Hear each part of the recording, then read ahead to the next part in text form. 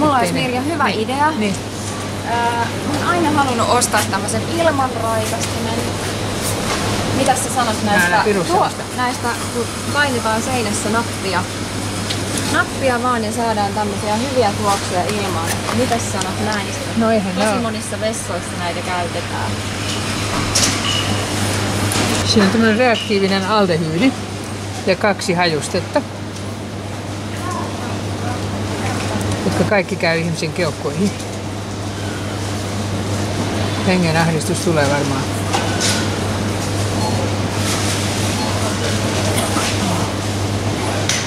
Hengenahdistus tulee kyllä. Eli et suosittele, että No ei. käyttäisin ilmanraikastajat ei ole raikastajia, vaan ne on haisuaineita. Ilman tuhoja. Niin. Yritetään peittää joitakin hajuja joillakin muilla aineilla. Ja yleensä luonnonhajuja. Niin.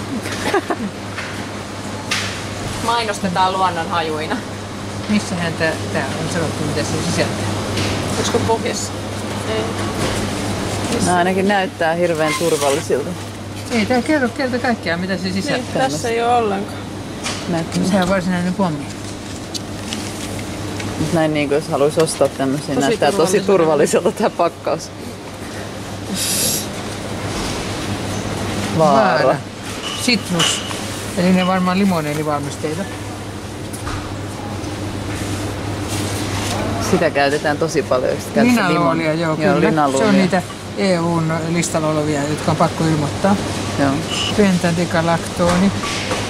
Nerolia, mä en tiedä, täytyy katsoa, mikä se on jonkun aineen tämmönen lempinimi. Asetonaftooni.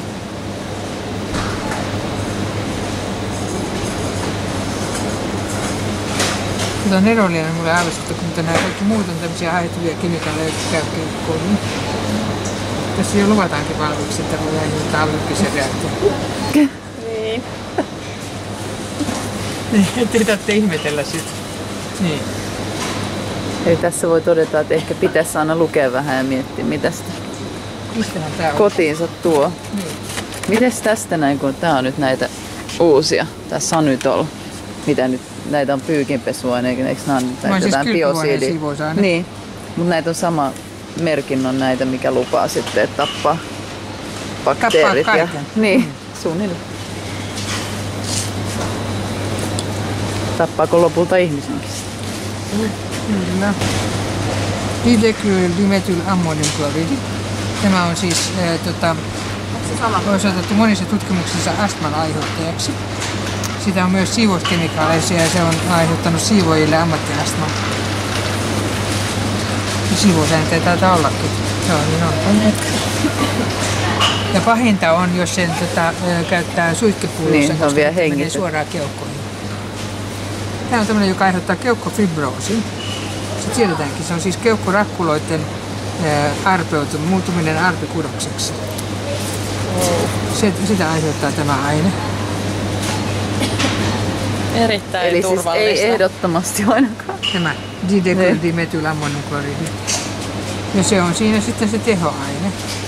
Ja kun siellä on lisäksi vielä jännittömiä pinta-aktiivisia aineita, jotka varmistaa sen, että tuo aine varmasti kulkeutuu keuhkoihin, koska tämä tuottaa niitä nanopisaroita, tämä aine. Ja sitten katiotiset pinta-aktiiviset aineet, jotka ovat kaikki, joka ikinen niistä on biosiidinen. Ja sitten muitakin desinfiointiaineita näköjään on. Nämä on jo desinfiointiaineita muokia. Ja sitten hajusteita. Mitä tää tämmönen nano tarkoittaa, kun sanoit nano? Tarkoittaa, että se on pieni.